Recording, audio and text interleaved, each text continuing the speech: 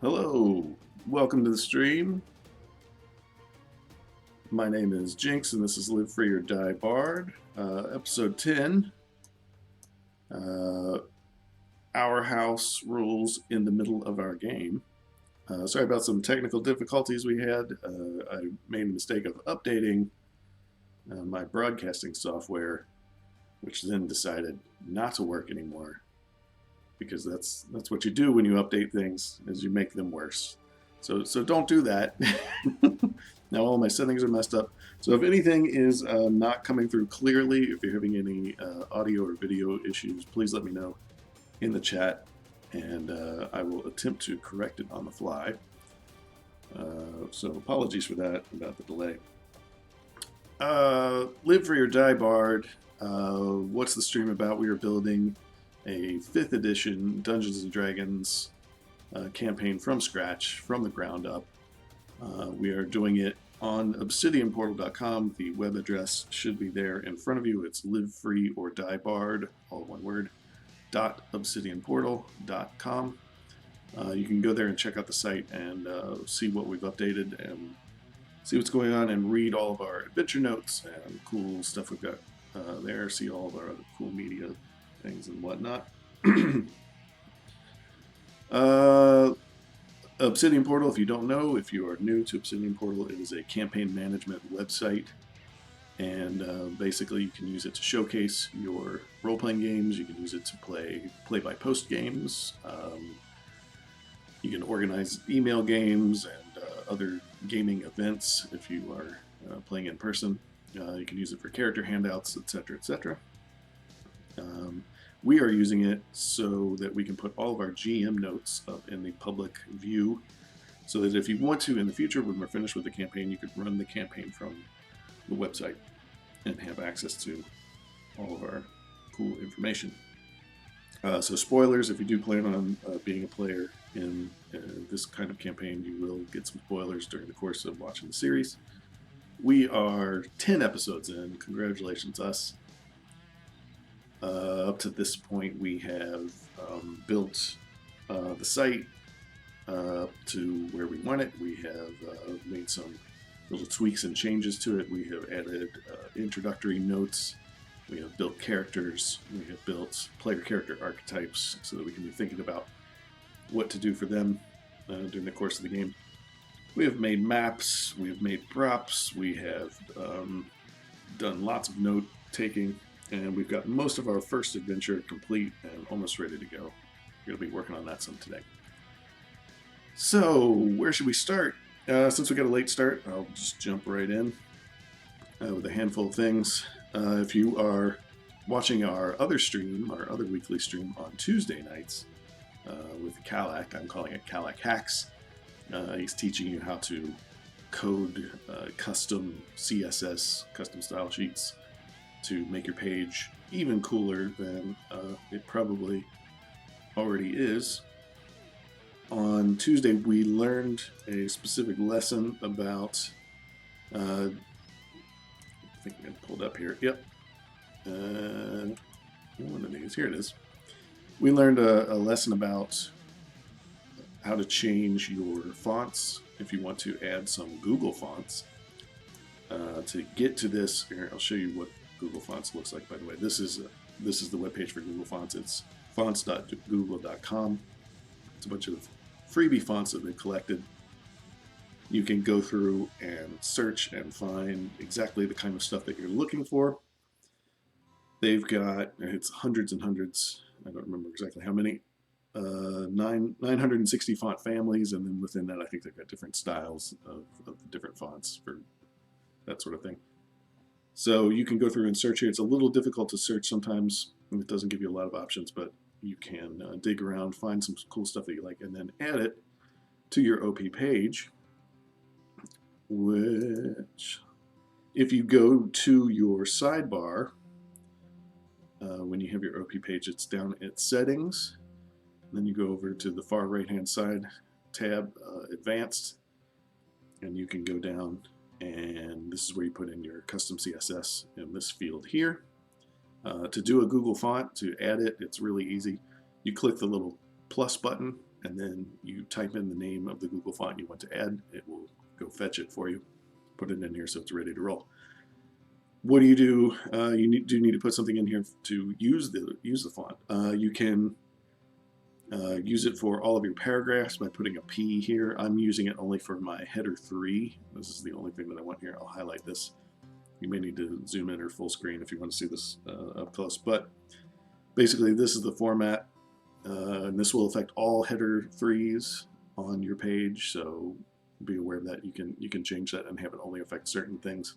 You'll have to watch the Tuesday stream to find out more about how to do custom CSS. It's at 10 o'clock at night, 10 p.m. Eastern time, which is GMT -4 for that. And you can watch some of our backlog on the VOD on Twitch if you want to see some old ones. The previous one, he gets into it about middle of the episode if you want to check those out and learn how to do cool font settings. This is the one that I picked, Eagle Lake. I'm using it only for my header 3, so whenever I use a header 3, it will pop up like this. Whenever you see a header 3 on the page, it will pop up like this. So you do H3 space curly brackets, open curly brackets, and then I've got a space here, font dash family colon space single quote, and then the name of your font. In this case, it's Eagle space Lake single quote semicolon. And you can just do that and end it with a curly bracket, and that will insert the Eagle Lake font into every H3 that you use. Makes it nice and easy. I also wanted all of my header 3s to be a little bit bigger than our normal 16 pixel size. I think it's 16 by default. And I wanted to make them bold, so I went ahead and did that. So I don't have to do it manually every time and change font sizes and things unless I want to. So this is a little snippet of code for that you put in your custom CSS. This is available for Ascendant campaigns, by the way. Your custom CSS settings to tweak things. Down here we have something we did on a previous week. This is our text block thing. Whenever we use a block quote, it will come up with a shadow box that will pop out and be a particular parchment color. So that's your CSS. You go down to the bottom, you hit save. I've already done that, and I'll show you what it looks like if I can get it here. Yep, here it is. Okay. This is the font that we're talking about. So we've changed our normal font to this sort of script, slightly italicized. And then every place that I have used header 3 will come up like that. So it's a handy shortcut.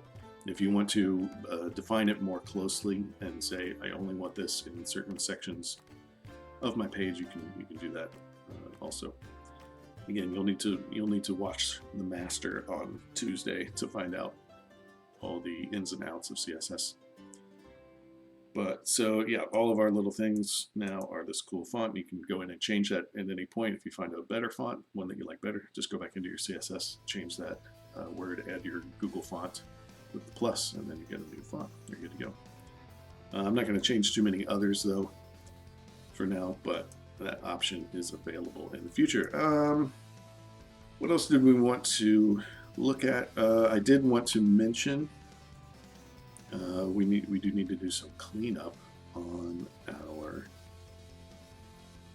Let's see if I can find the spot for it. So we were giving our players a dungeon. This is where they are in the dungeon. These are the text notes, and I forgot to put in last time. We do need to put a spot. Let's see where it would be. It would be down here at the bottom. Yes, one of the waterways. And an insect skitter. Towards the end of the section, I'm going to take the sins. Okay, down in this section in the waterways of our dungeon that we made last time, I did forget to mention that we need to put in a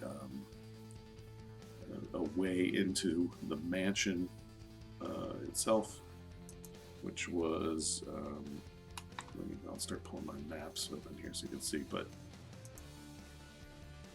I'm just pulling both up and get a good look. But Here's our dungeon map that we were working on.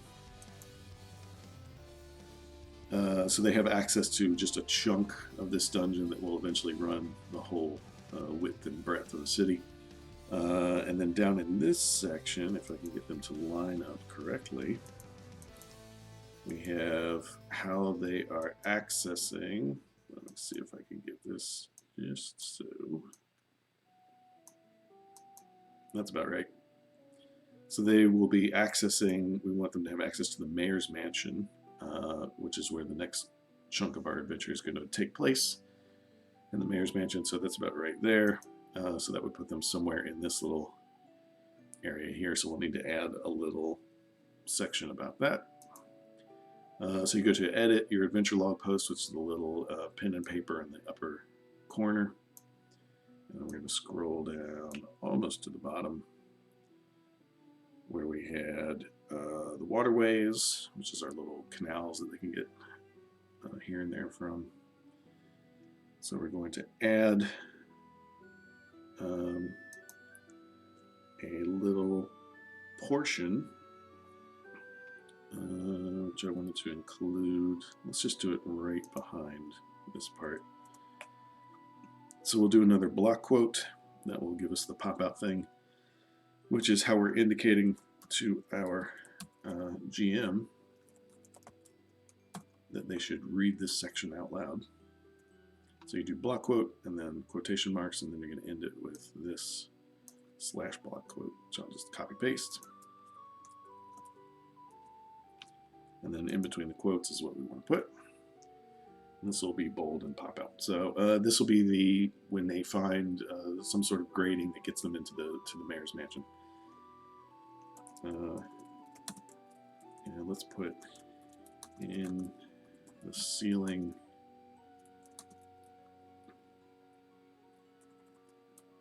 in the brickwork above you is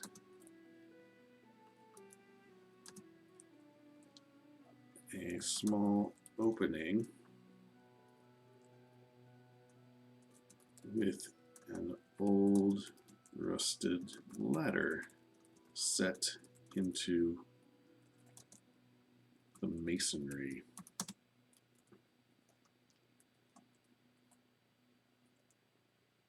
Above, if I can spell,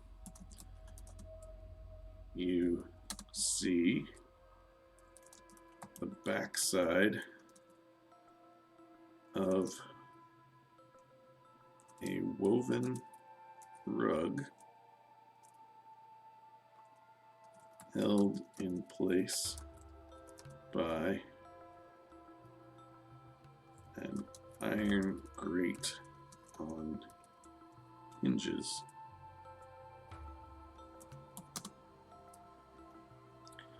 So they're looking up, they see this rug, they see an iron grate. Let's give them some audio clues too, so they have an idea what's above them before they start to explore in that section. Muffled by whatever, let's see, muffled by the fabric, you can hear indistinct voices of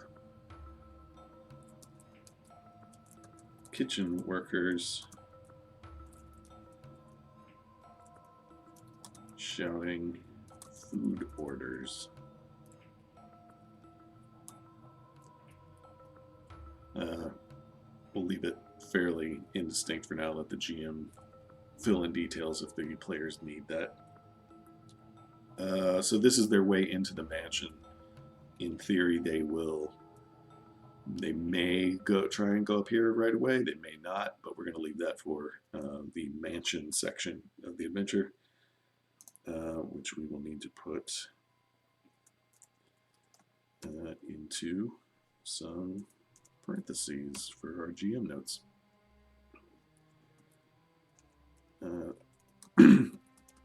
The iron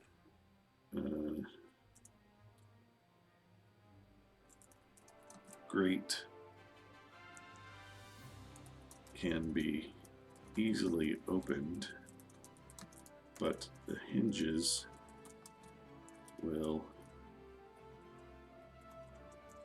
are rusted and will disintegrate at the first use.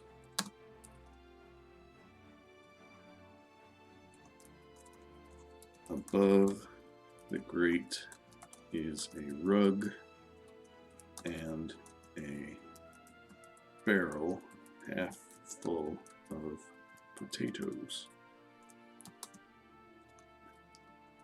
A strength test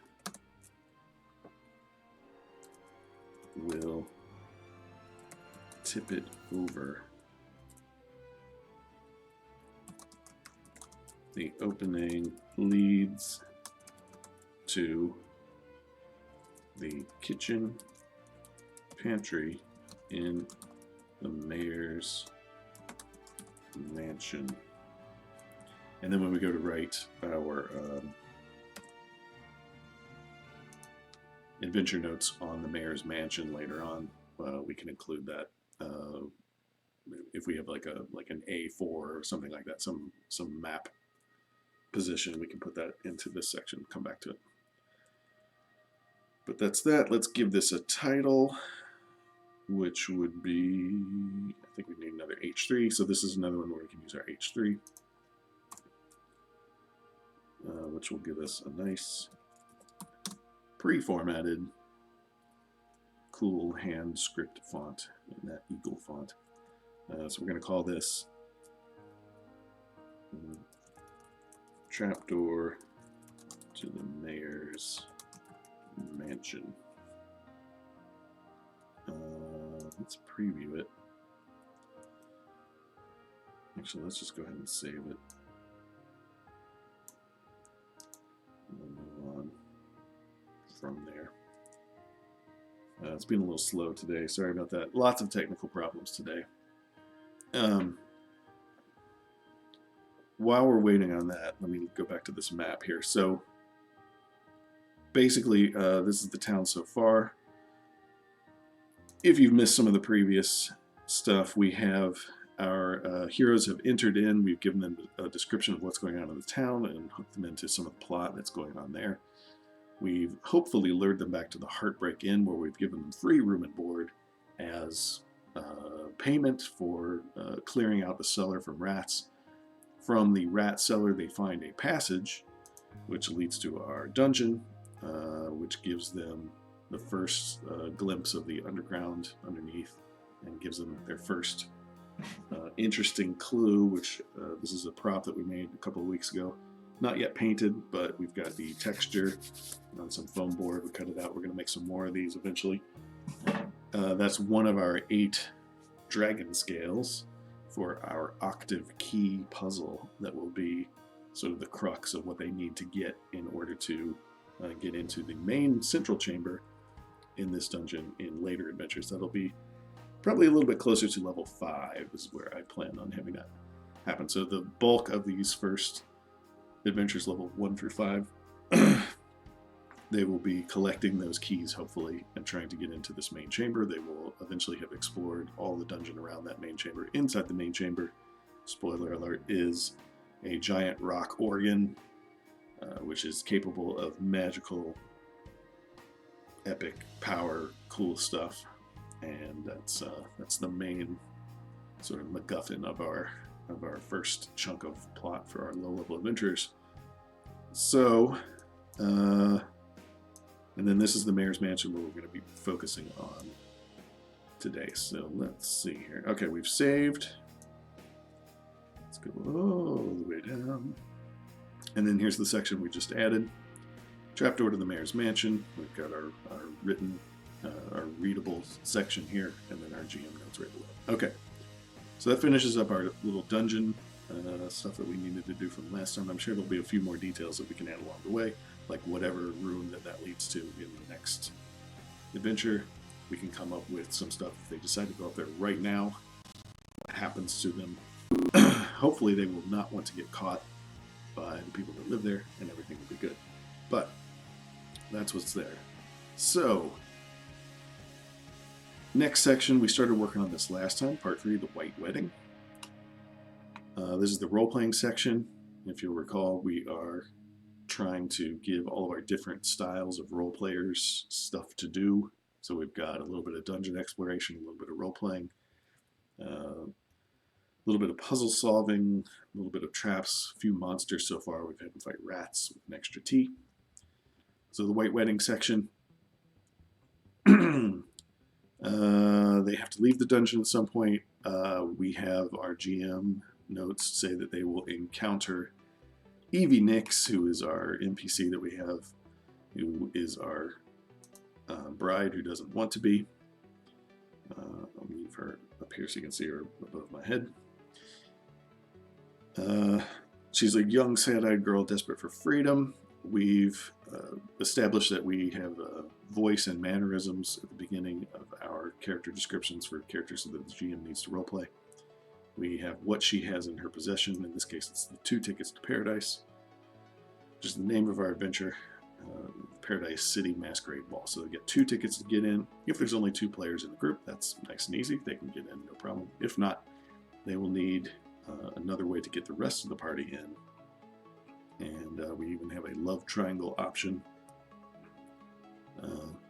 if the GM needs it. So that's her. Let's go back to where we were.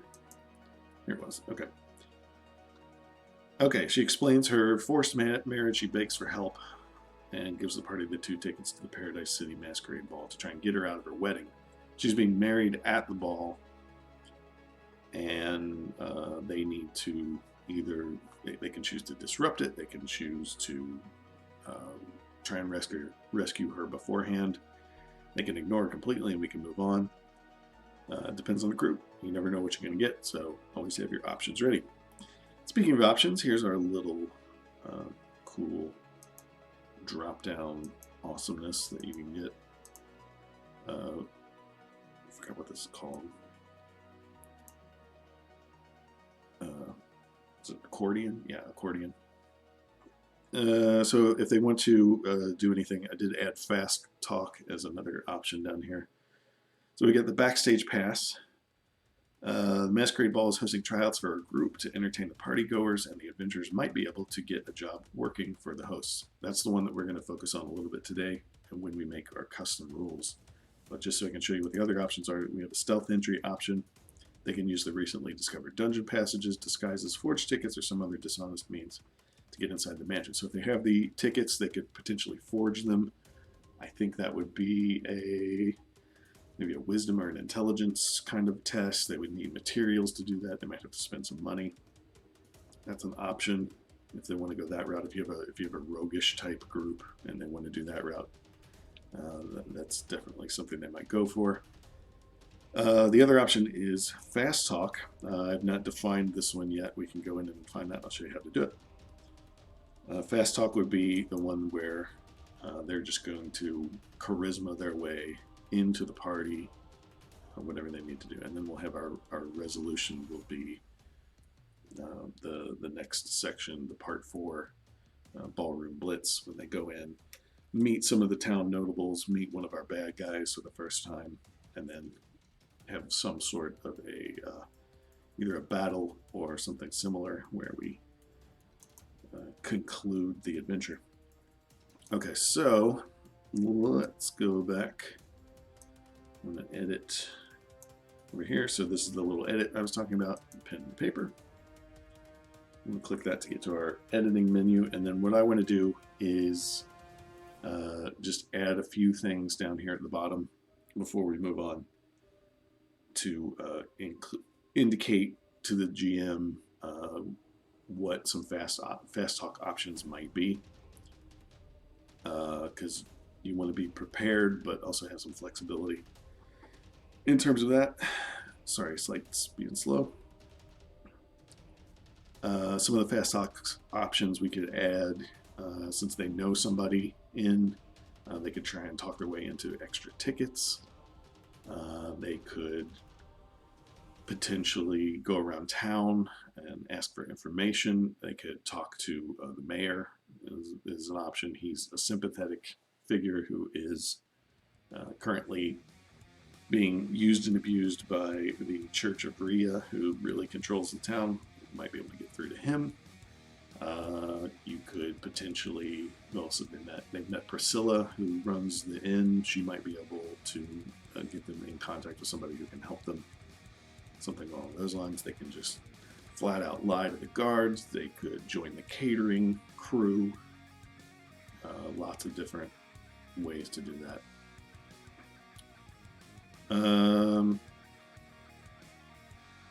There it goes. All right, so let's go down here. This is the accordion section. If you need to do accordions, you can just use this little tab over on the right-hand side. I don't know if you can see that. A little plus for accordion. And that will open this up and give you extra and sort of fill it in for you, so you don't have to type it all out, but it's basically accordion and then accordion-item with the title, in title, content, and so on. And then just follow this format and you can add more. So this fast talk, here's our content section here. So we want to say what the party might do. The party may try to speak to NPCs for extra help.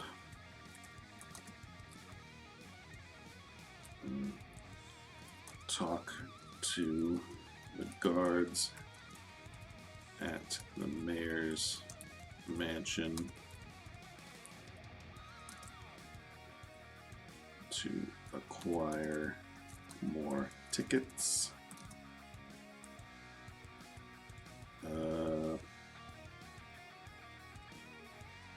What else did we say? Try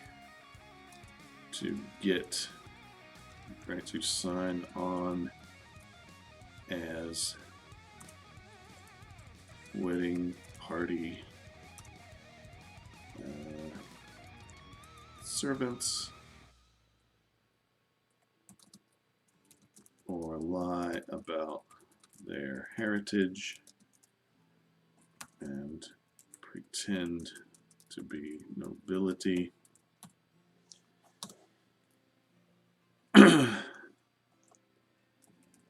Whatever they come up with, tests of charisma will be required to make headway. So my personal preference in adventures is to give the GM some leeway in setting their own difficulties. I typically game with a group of people who love roleplay and avoid min-max. Can you give me an example of what fast talk sounds like? I don't believe you, Persilis.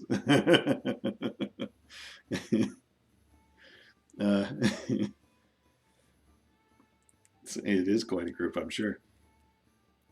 Yeah, mostly I would say any kind of fast talk, especially at these low-level adventures, would be whatever your players come up with, especially if they're brand new players and they don't know what they're doing.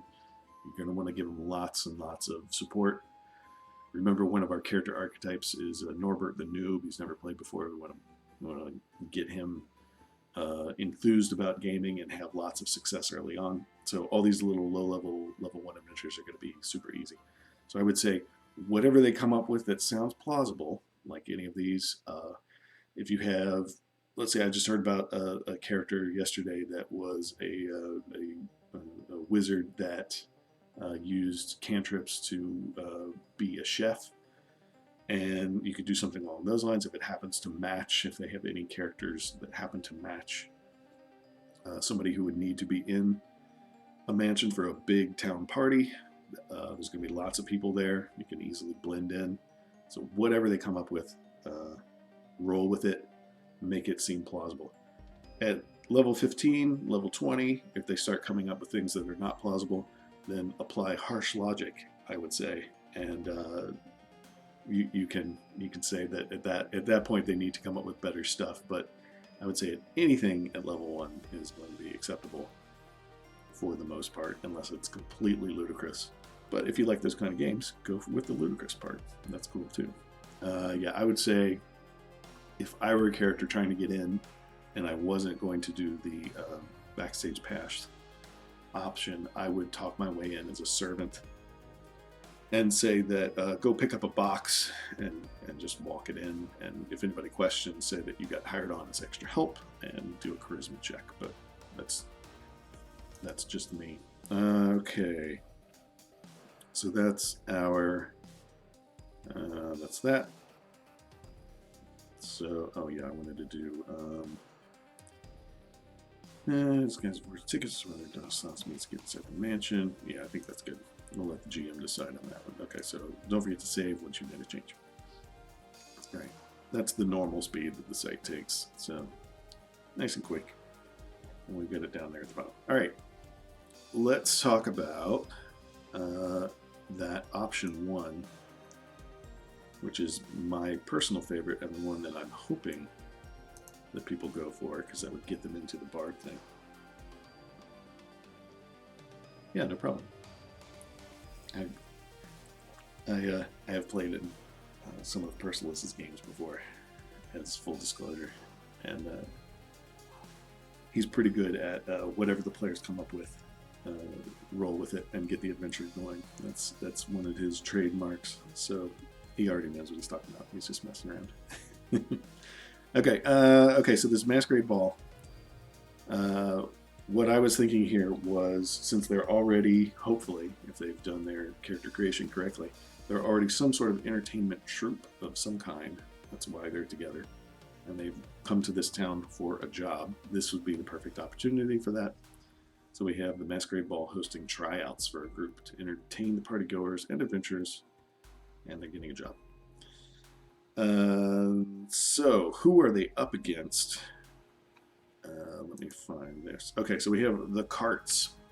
This is going to be the rival group that they're going up against. These are cool rockers who like to wear sunglasses. Here's the people who are in it. These are fairly well-known musicians who are in Paradise City seeking their fortune. So there's only one spot left at the party for entertainers, and these are the Carts are the guys who are going to try and take that spot away from them. So there's going to be a little bit of a challenge here. So first of all, we need an image. I think I found one earlier today. Let's see if we can load it. This is the edit section, and then your image stuff is all the way down here at the bottom. I'm going to click here to upload. It brings up my file folder section, which you guys probably won't be able to see as I have that set up. But I'm selecting the image that I want. It's uploading, and then it gives you a little check mark when it's done. This is going to be our Carts image, and then we're going to hit save. And there we go. That's our image for the Carts. That's our lead singer, Okasik. Tribute to the recently passed away Rick Okasik from The Cars, which is what our band is based on. So these are going to be the guys that we are going up against. We need some custom rules for that, for a potential battle of the bands. Yes, turning on auto outlining can reduce scrolling on long pages. Auto outlining, if I could show you on one of these, oh, it would be on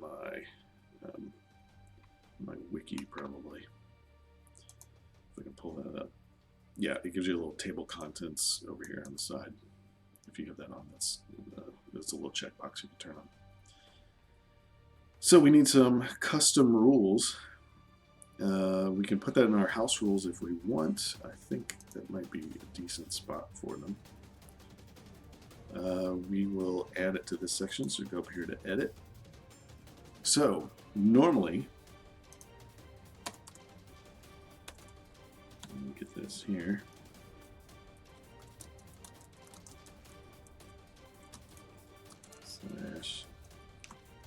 sort of a talent show. We'll just call it Battle of the Bands for now. Battle of the Bands rules. So normally in 5th edition D&D, contest would be something. Let's use an example: tug of war. So you got two, let's say two opponents, good guy, bad guy, playing tug of war, trying to yank the other person left or right. And it's a test of strength, so you'd roll a d20 versus your strength, plus any skills or modifiers that would be appropriate. And essentially, whoever gets the highest score wins. If I were setting up a tug of war, I would set that up in a couple of stages because you don't win right away. It takes a matter of endurance. You might even throw in something like a constitution check. After a while, if it goes on more than, say, 5 rounds, you can start doing constitution checks, or you take penalties on the strength check, and then so on and so forth. Whoever has the better skills and the better luck will eventually win. Let's say you need 3 successes in a row with no failures to win, or something like that. Or you need a total of 10 successes over the course of the skill challenge, which is a concept that was introduced forever ago, several editions of D20 ago. Essentially, it's combat without combat. It's some other test. So that's a basic challenge, but that's kind of dull. So the focus of our game is on these musical battles, or whatever. If you're an acrobat troupe, whatever you are, maybe you're a comedy group doing sketch comedy, something along those lines. So we want to expand those rules and have a little bit more on the Battle of the Bands. So whenever we have one of those, we need to come up with essentially a series of steps that they need to take to decide if they're winning. In this case, as our example, we have the carts who are auditioning, and then we're having our player group, whatever their entertainment is, auditioning right after them, and whoever scores the most points with the people who are judging, which would be the people running the party of the masquerade ball, they're going to win. They're going to get the entry to get in and be in the mansion. So let's come up with some rules for that. First of all, let's do a little intro. Use these rules whenever a group of entertainers is trying to win over the crowd, compete against another group, or otherwise score points in a tournament. All right, now we need steps. So you get this little number list up here, which you can use for your steps. And this markup language here is called textile. It's sort of a shorthand HTML kind of thing. But whenever you do that, this is the format for that. You'll do a number space and then whatever your thing is, and then it will, when you have a group of these, it will list them out and put the numbers in for you and the indents and all that kind of stuff. And you can go style those as you see fit with your custom CSS styling if you have the Ascendant account. So we need some rules about how to do Battle of the Bands. So think about how an actual Battle of the Bands works. The bands take turns. You have multiple musicians playing at the same time. So we want all of them to go sort of in the same format as a combat round. So let's do it that. Okay. Follow the initiative rules for combat to determine turn order. Any special bonuses to initiative that would be exclusive. Actually, I want to keep all those because it is kind of like a battle. I was going to say don't use any special bonuses that would be combat only, but it's kind of like a battle. So let's keep all those rules. We don't want to nerf anybody too much. Okay, so follow the initiative rules for combat to determine turn order. Then we'll do our number sign space. So we have everybody's doing probably something a little different. If you think about how a band is set up or any kind of entertainment troupe, you have sort of who the spotlight is on, and then you have other people supporting the person in the spotlight. And then you have things like solos that would come up, so where the spotlight would shift. You have things that you can do. Let's say you have a singer who's not singing during a certain section. They can be doing something else that is also entertaining but is not focused on singing. Think about an acrobat troupe. You have maybe some of the people are holding up. Think about a human pyramid. Some of the people are holding up and keeping things stable on the bottom, and other people are climbing up and doing acrobatics and jumping around on top, all that kind of stuff. So we need to think up of custom rules that sort of make sense with all of those situations. So on your turn, you may choose to take the spotlight,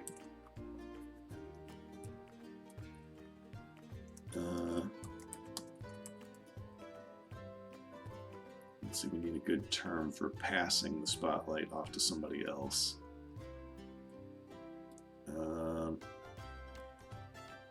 Let's call it pass the spotlight for now, and come up with a better name later maybe. But you can just call it pass the torch. Do I prefer running skill challenges in an open format where everyone knows it's a skill challenge, or as GM knows, and players are just taking actions toward a goal, or don't necessarily know the skill challenge setup? I'd like both, actually. I think in some cases, you set it up ahead of time and say, this is a skill challenge, so these are the parameters of the skill challenge. That's cool. It makes sense, especially if it's just the group and they're well prepared and everything's going well. But I can definitely see situations where it's a skill challenge and only the GM knows that. That would be more useful for, let's say, something like you don't want to give them the parameters of success, like there's a cave-in and they need to do 7 things to avoid being trapped. They have to have 7 successes. Whatever they come up with to make their 7 successes will work. And then you don't tell them how many successes they need. They don't know it's a skill challenge. It keeps the suspense up. So yeah, I like both in different situations. But the standardized one is good, especially I think for low-level players or the first time they've ever done a skill challenge, because a lot of people don't do skill challenges as regularly as others. So you could do it that way. Personal preference, though, I like both.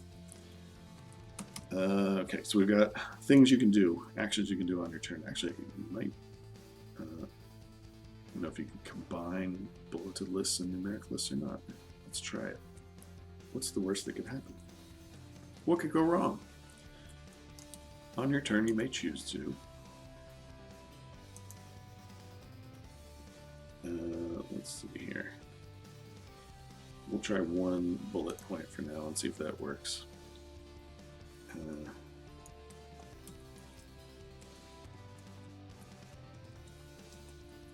Take the spotlight.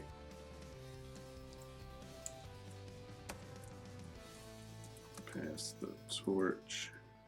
Oops, need a space.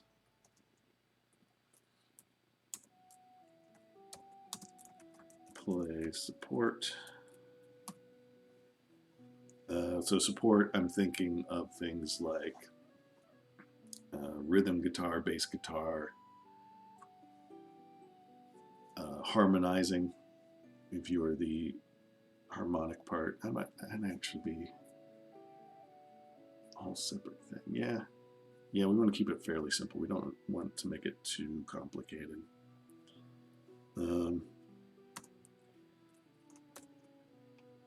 Let's see. I may rearrange these alphabetically. Pass the torch, play support. We need something where they fix an error. Yeah. So let's say, let's call it cover up.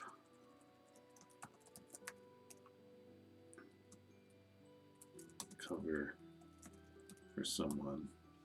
So let's say a guitar string breaks in the middle of a performance, or a lute string in this case, and the drummer sees it and knows that they will not be able to play the remainder of whatever it was that they were playing. They can cover. They can adapt quickly and nail something. Okay, let's take a quick preview. Yeah, this is giving me numbers. So I think what I'm going to do instead is do the thing where you do the, I think you do it twice. I think, let's try it. Yeah, you do 2 of these and then it, move it in. There's a way to do it. Maybe it's next to each other. Yeah, that's what it is. Okay, so 2 number signs next to each other will indent it and give you another thing. All right. So let's do that. Number sign, number sign.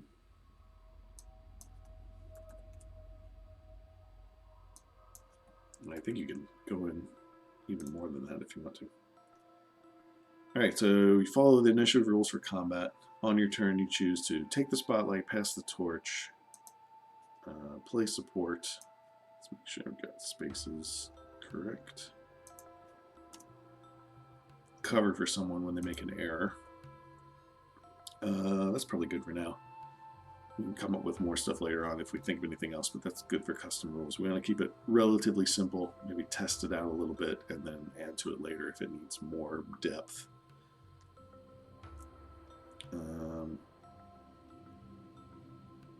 So if you're, so let's see how we want to envision this. So we have sort of an ongoing score. You're racking up successes. So I see the spotlight as the important one. So you want to, you'll have a higher difficulty class. So your GM setting your difficulty for whatever it is, somewhere between like 5 and 0 and 30 is the number you're trying to hit. You roll a d20 plus your ability modifier plus any other modifiers that might apply, like tools and skills. You're trying to get that number. A low DC, a fairly easy one, would be like a 5. Automatic would be 0. 5 would be a good one for low-level characters. 30 is nigh impossible until you get to higher levels. So somewhere in there, there's rules in your DMG and your player's handbook about how to do that. So I think for the person taking the spotlight, whoever's in the spotlight, their DC for whatever check they're going to attempt is going to be higher. So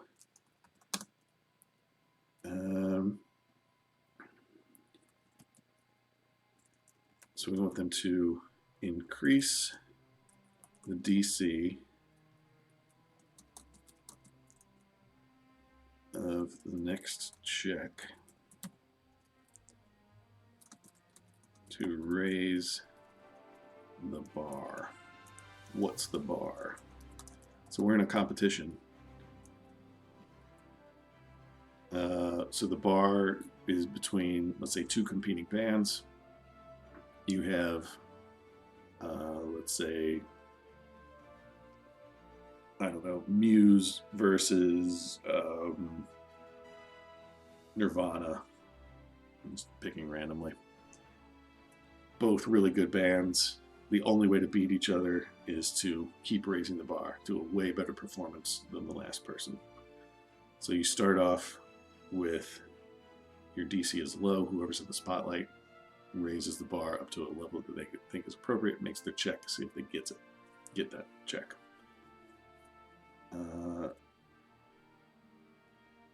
So let's do play support. Play support is going to be Um,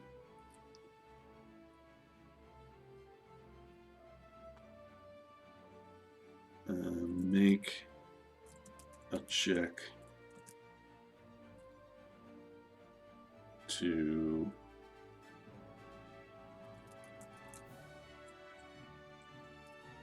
give a modifier and give a bonus to another character. And we'll figure out the details of this in a minute in terms of what the actual numbers are going to be. So you make a check to give a bonus to another character. Can I get advantage for smashing my loot? Yes! Yes, let's put that in here. That's good. I'm going to do that. Let's call that like a spectacle.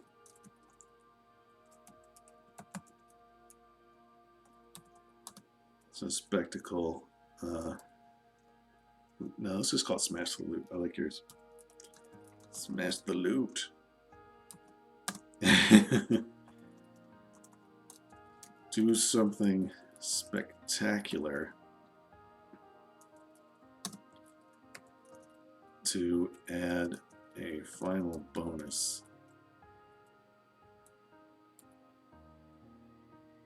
So you would end your performance.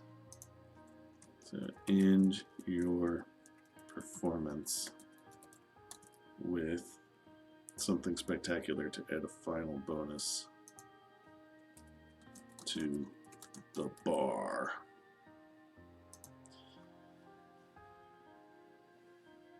So that's good.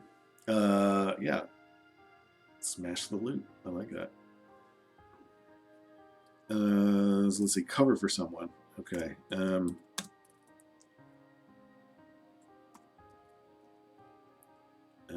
You can, let's see. So I have a feeling that failures in this particular custom rule set will lower the bar. So as your bar goes lower, then that's bad for you. So covering for someone would help raise the bar back up to where it was, perhaps. So make a check to cancel a single mistake during the same round.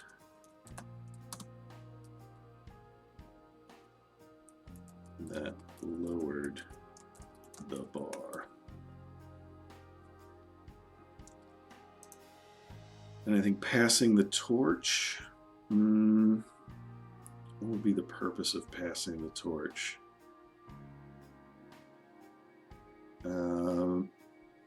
Maybe give the spotlight automatically to someone else and give them a slight bonus. That might work. I don't know. Let's just leave that one for now blank, and we'll come back to it if we think of something better. So sometimes with custom rules and made up things. Bardic Inspiration. Yeah, that's the other thing we're going to have to incorporate into this is our actual rules from the game.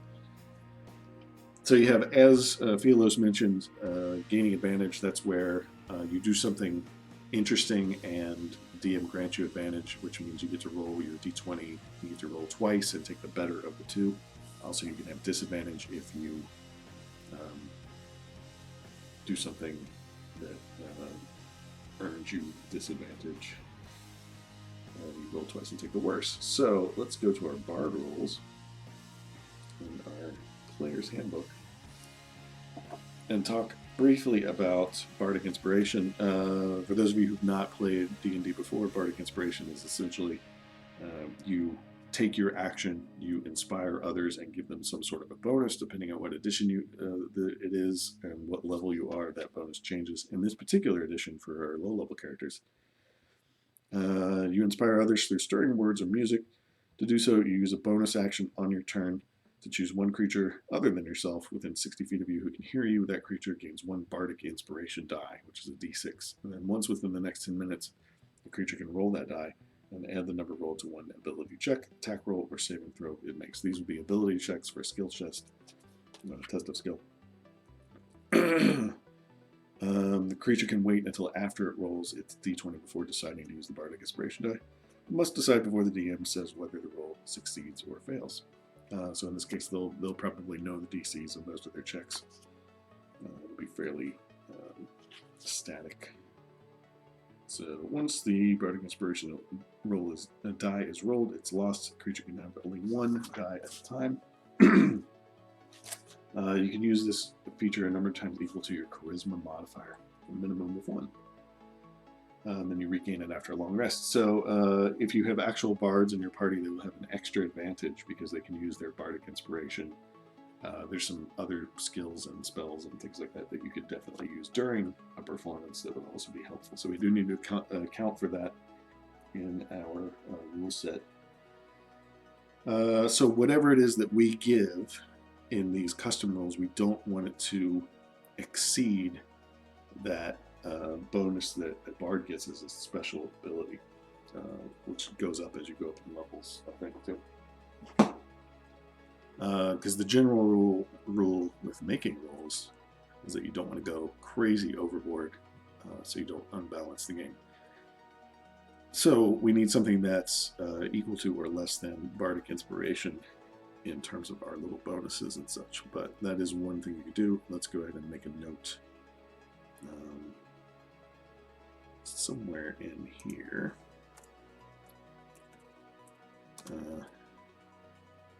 So I want it to be use a special ability, power, spell, or item as per the normal rules.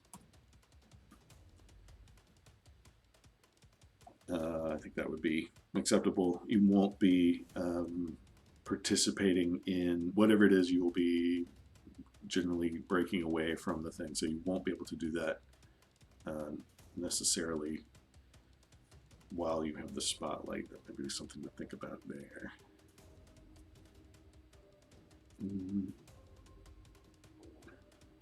Let's see. Draw attention to yourself.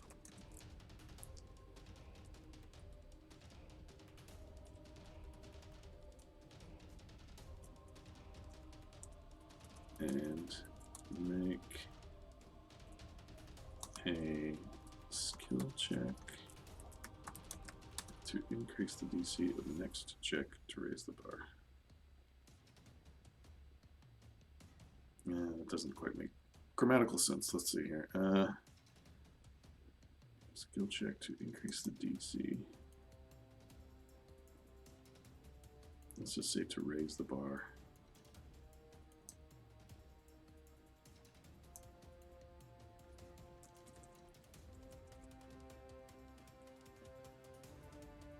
Raise the bar. Okay.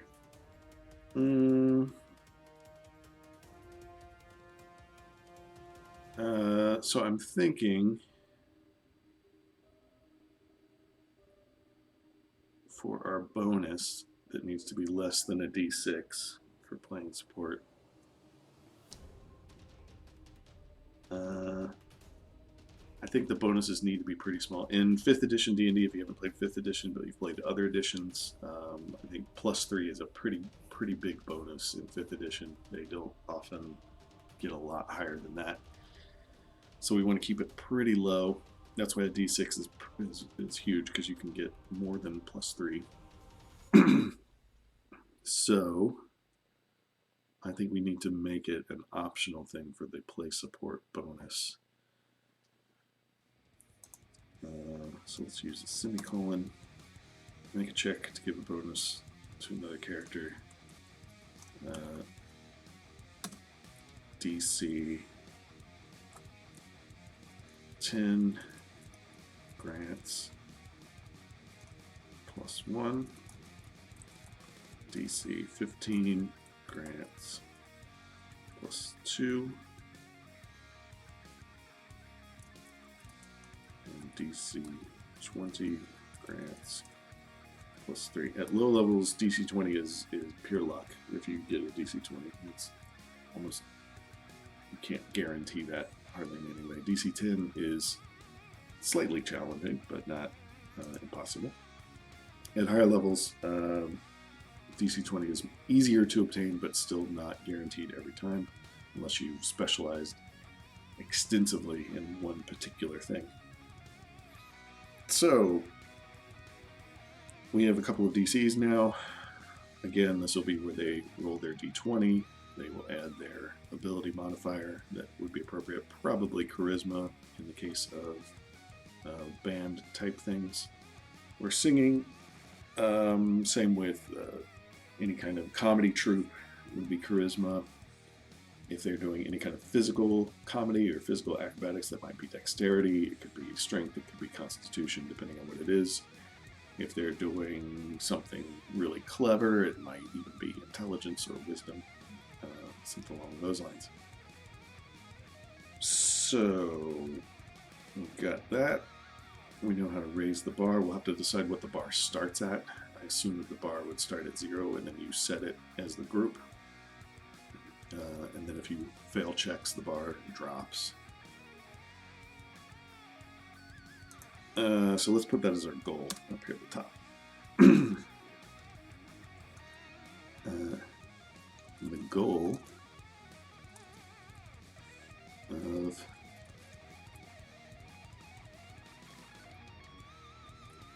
the competition is to raise the bar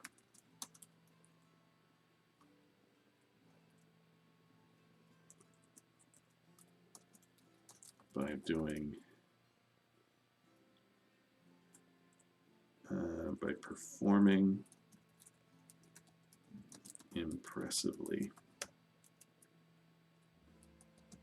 and outperforming the opposition. The bar starts at 0 and has no upper limit.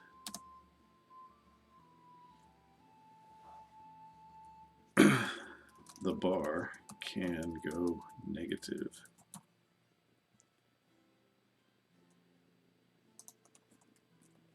Let's put in here, each side has its own bar.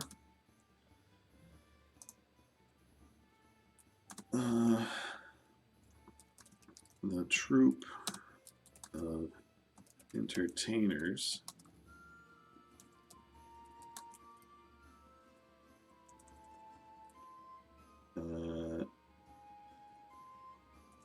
who ends their performance with the highest bar wins.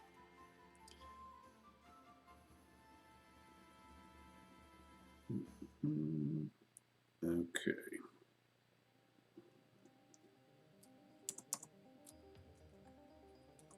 Now to run a battle of the bands, colon, and then we have our number list. All right, let's see what that looks like so far.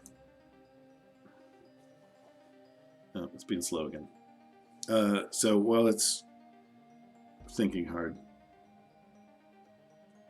let's think about other situations that might come up with a battle of the bands.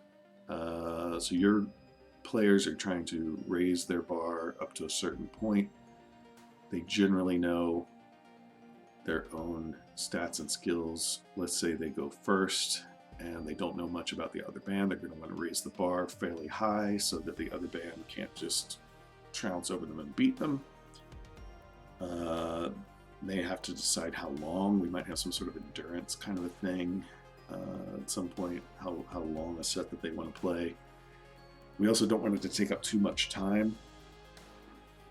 Like we probably won't do like round by round, because you could have like a 2-hour concert or something, and that would be a ridiculous amount of rolls to do it accurately, because a round is like 6 seconds.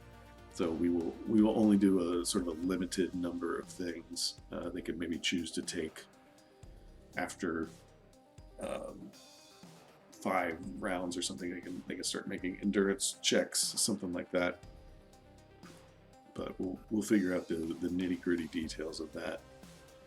as we go. Whenever you're doing custom rules, it's going to be it's tricky. I don't recommend them for brand new GMs. Certainly, I'm gonna copy this just in case. Let's just save it. See if that's working. Yeah, maybe I just didn't hit the button. That happens sometimes. Okay, so here's what they look like on the actual page. So we'll need a step 3 down here. So essentially, you go in initiative order, your band or whatever starts to play. You can choose to take the spotlight. We don't want to pass the torches yet. We can play support and give somebody else a bonus. That might be good for the beginning so that whoever's in the spotlight, if they want to raise the bar significantly, they will need support players behind them to help them out, to back them up. This could be also in other kinds of things, like for a joke-telling group.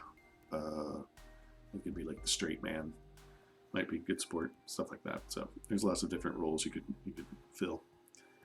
This is a good framework for where to start. Covering someone when they make mistakes. So if you fail a check, the bar will go down.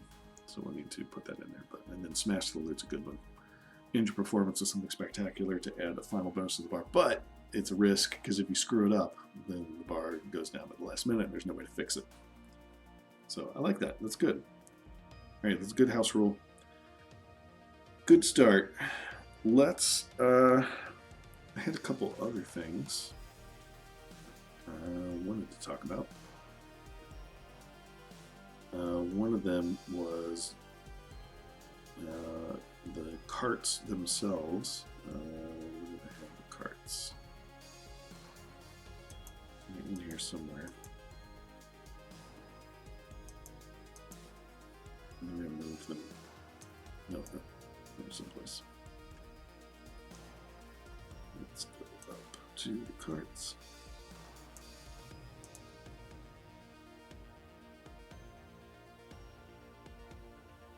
There. So when we're looking at the carts, we came up with funny song names for their set list. I think that when players are doing their own Battle of the Bands, they don't necessarily have to, but if they came up with their own song names and stuff like that, that could be really neat. We could even give them some sort of bonus for songs that people really like. Maybe they have like a really good performance one night. Everybody in town hears about this one song that they've been doing, and they start to get requests for it. And whenever they play it, they get an extra little boost. Maybe they get advantage that round while they're playing that song. Yeah, maybe each round of the Battle of the Bands is a song. That could be cool. I don't know. We'll figure it out. But that's basically what I had there. For these guys, though, I'm thinking that maybe one of the things that the players do if they go this Battle of the Bands route and have to go up against the carts for entry into the mansion is maybe they will figure out what their set list is. They could do some research on the members of the carts themselves.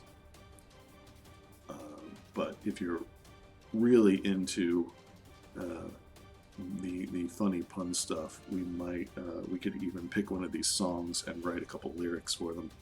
That might be fun. So if anybody has any of these that they like best, we could definitely use one and come up with some funny lyrics for the songs that are fantasy game appropriate. So the carts know longbow, it's magic. So that was pretty clever. You might drink this potion, which is based on you might think. You might drink this potion. My bard friend's girl, which is based on my best friend's girl.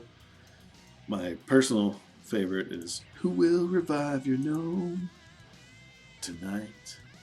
So, could be a song about clerics or something. Since Dragon. We can't play the real songs on Twitch. I think it's a copyright issue, but parody is protected under copyright law, so we can parodize. I don't know. We can make as many parody songs as we want. That's how Weird Al got his start.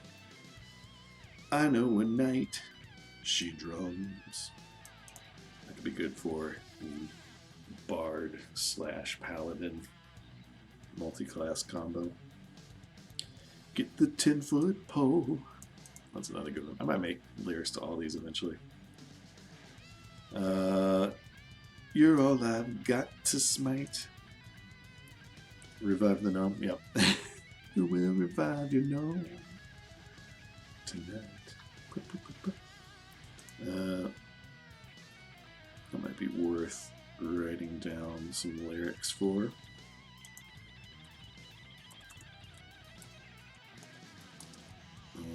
Who will revive your gnome tonight?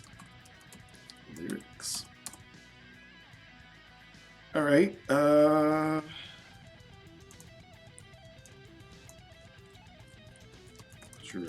lyrics.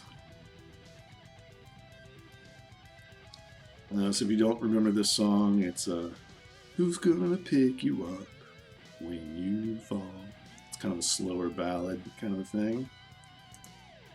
So we can come up with a handful of the lyrics for this. We don't have to do the whole thing. We can finish them out as we come to. I find that let me get a new tab open here.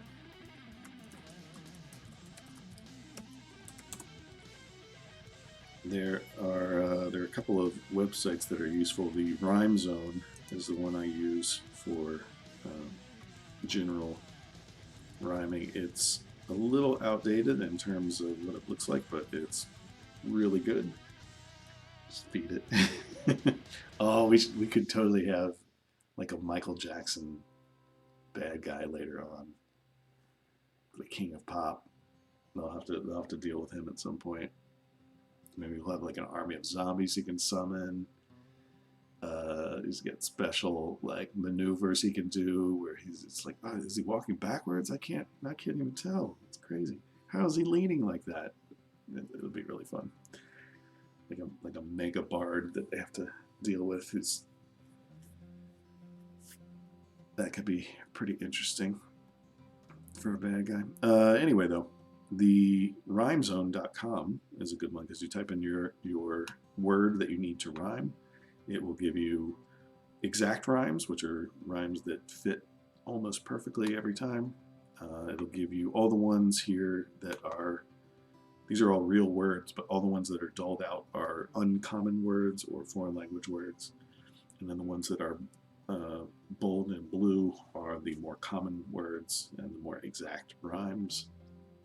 It'll give you multiple syllables as far as they can get. For example, rhyming with gnome in 11 syllables is acquired immune deficiency syndrome, which is probably not going to appear in a song. There's also, it will give you near rhymes if you need near rhymes. And from here you can also look up lyrics and poems that have the words in them, definitions, synonyms, etc., etc. So it's a pretty good resource, one that I use when I'm coming up with funny songs and pun names, which I occasionally, not often, but pun names, It's really hard to hit because he's shuffling his feet around. Exactly. Like, people think he's maybe from the moon. That'll be good. That'll definitely be a high-level battle. In fact, you could do Michael Jackson as one. Gosh, there's a bunch of country stars that you could do that are like mega stars. That would be just like, you could do Willie Nelson. Like, he's not that strong, but there's this like cloud of obscuring deadly mist around him. Snoop Dogg, you could get him same way. Yeah, there's lots of those. That is another thing that we will have to get into eventually, is we have our Battle of the Bands rules, but we also need some other custom rules, which I'm calling Duels of Talent. So dueling is legal in our world, but it is generally you are dueling with talent and not swords. So we will eventually need some custom rules for that also, but we can work on those a little later. All right, so let's go back to our Drive lyrics. This is the original song we're making a parody of. So what I'll do is I'll copy and paste the lyrics into our wherever I put our, here it is. So let's put that here, and then we're going to go in and replace things line by line. So we need, if anyone comes up with any kind of funny lyrical stuff in here that you want to see, feel free. So let's go down and fix our who's going to drive you home, who's going to revive your gnome.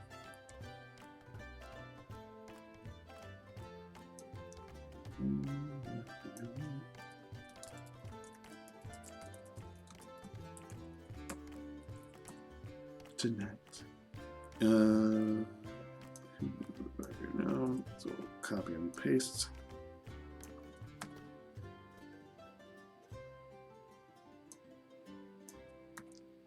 All those instances.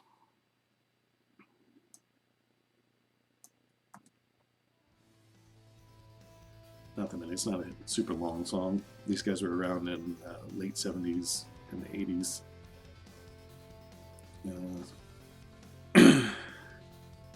Where songs were shorter. Alright, so now the way I do this is I look around for easily rhymable words, look for stuff that will fit within a fantasy setting. We're thinking gnomes, we're thinking clerics, we're thinking resurrections, etc.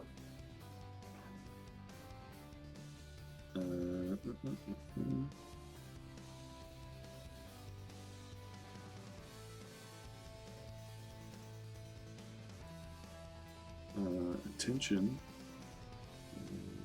Might be able to do like a resurrection with attention.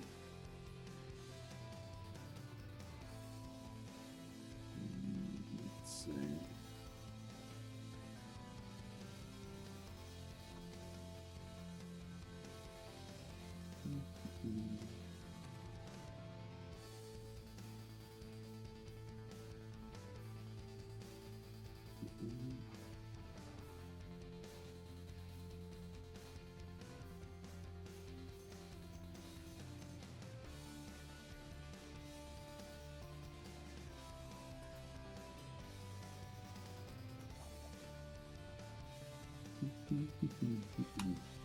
Wish I could play the real songs. That would be way more fun. I'm sure there's a way to do that. There's like a Twitch music channel. I wonder how the copyright works in that. I don't know.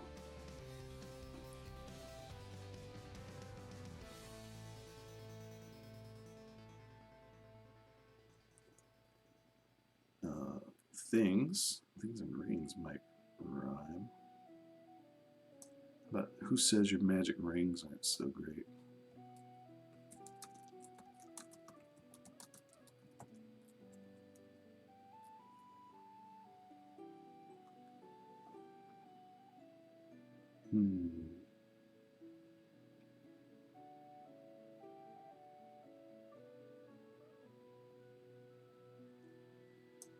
On and con.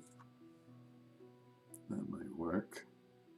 I have a feeling the people in our Live Free or Die Barred world are a little bit metagame aware, so they might refer to some things by their stat names.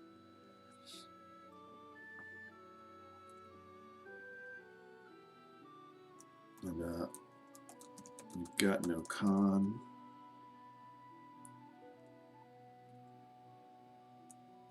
Let's find some rhymes for con. Let's see if we do that. Let's find it here. There's lots. Just glancing around. Pawn, spawn, brawn. Brawn might work. Come on.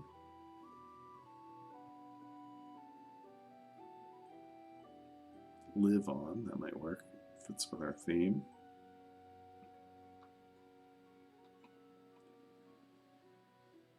Three syllables are getting tricky. This is a shorter syllabic construction. Where was I? Here.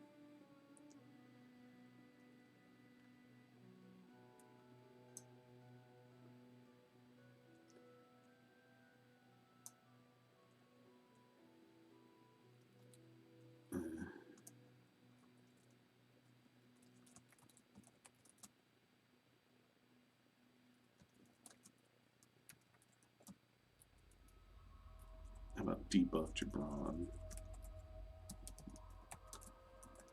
Debuff Gibran.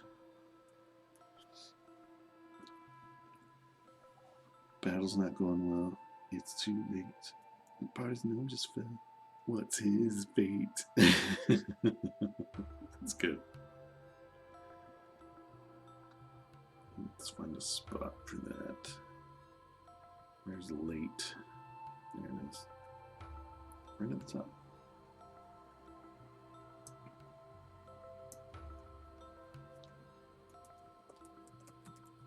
Battle's not going well. It's too late. Party's gnomes just fell.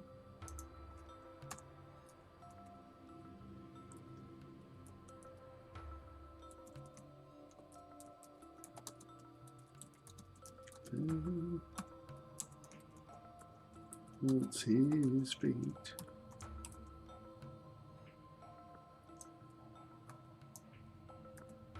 You got no calm. Debuffed your brawn. Who will revive your gnome tonight? All right. Yeah, just counting syllables. That's how I do it too. I just think it would be instead of so you can do the regular battle of the bands, but it might jazz it up if your DM has access to at least one of the songs. They can sing it out.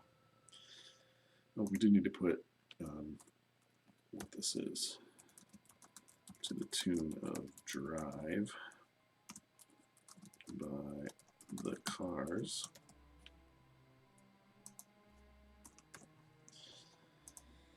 Okay.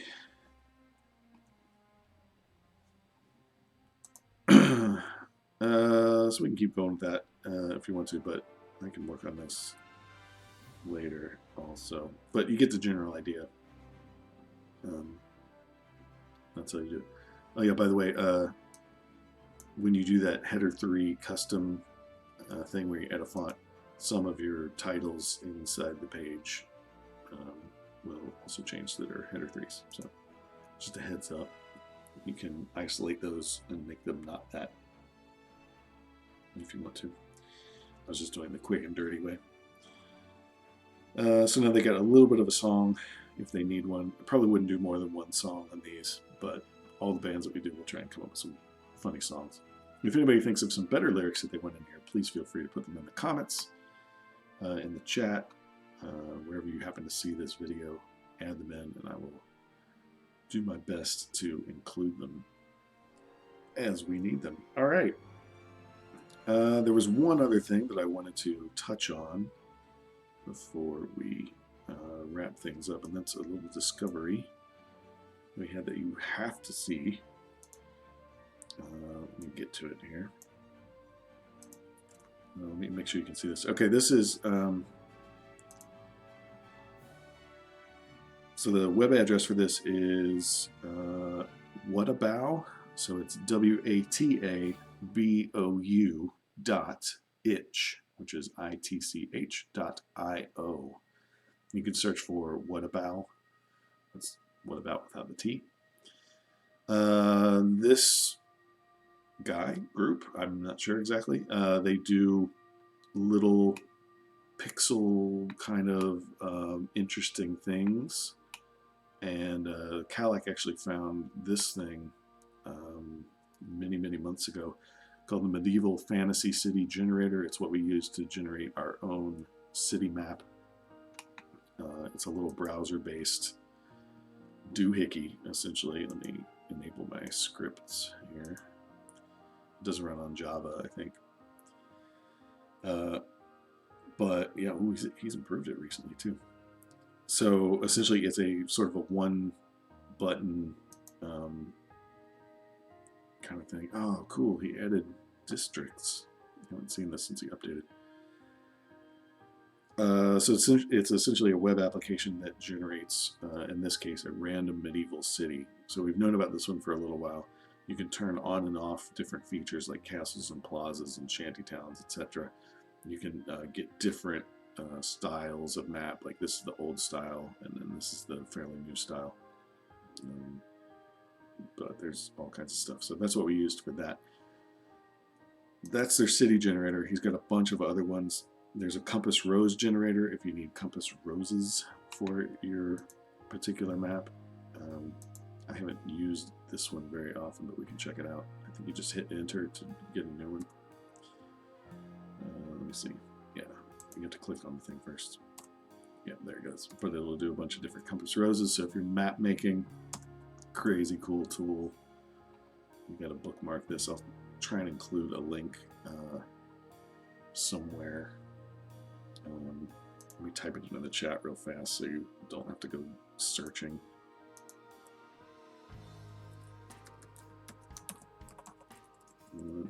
About.h.io.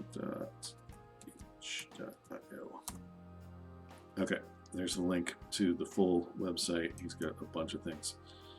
There's a procedurally generated mansion that you could do. He's got a couple of games in here. You may have heard of some of them, like Pixel Dungeon. There's a Toy Town 3D visualizer for that medieval city generator. A couple of little games that are fun. Ever-Changing Mansions, procedurally generated text adventure. You can check that out. A lot of these are good for sort of one-shot kind of game nights if you need something fast. This guy's got it for you. This is the one that we recently discovered. I think he just recently finished it. Or them, I'm not sure. He, she, them, who knows. Okay, so this one is a one-touch dungeon generator that will generate dungeons roughly in this style with the cross-hatching. I forget who made that famous. Don't know my mapping people all that well. You can turn that off and export as PNGs. You can do titles and notes, etc. But the really cool thing is, let's see if I can find it here. So it gives you rooms, it gives you some rough outlines of things. For example, I don't know if you can see this really well on your screen, but there's a little section here without a door.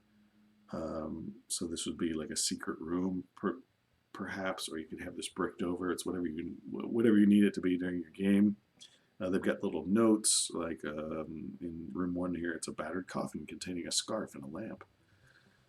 But basically, you click enter, and you generate whatever dungeons you need. And some of them are big, and some of them are small, and some of them are pretty detailed. Like this one's got a lot going. It gives you a title. It gives you a little blurb. For example, this one's Stronghold of the Storm One.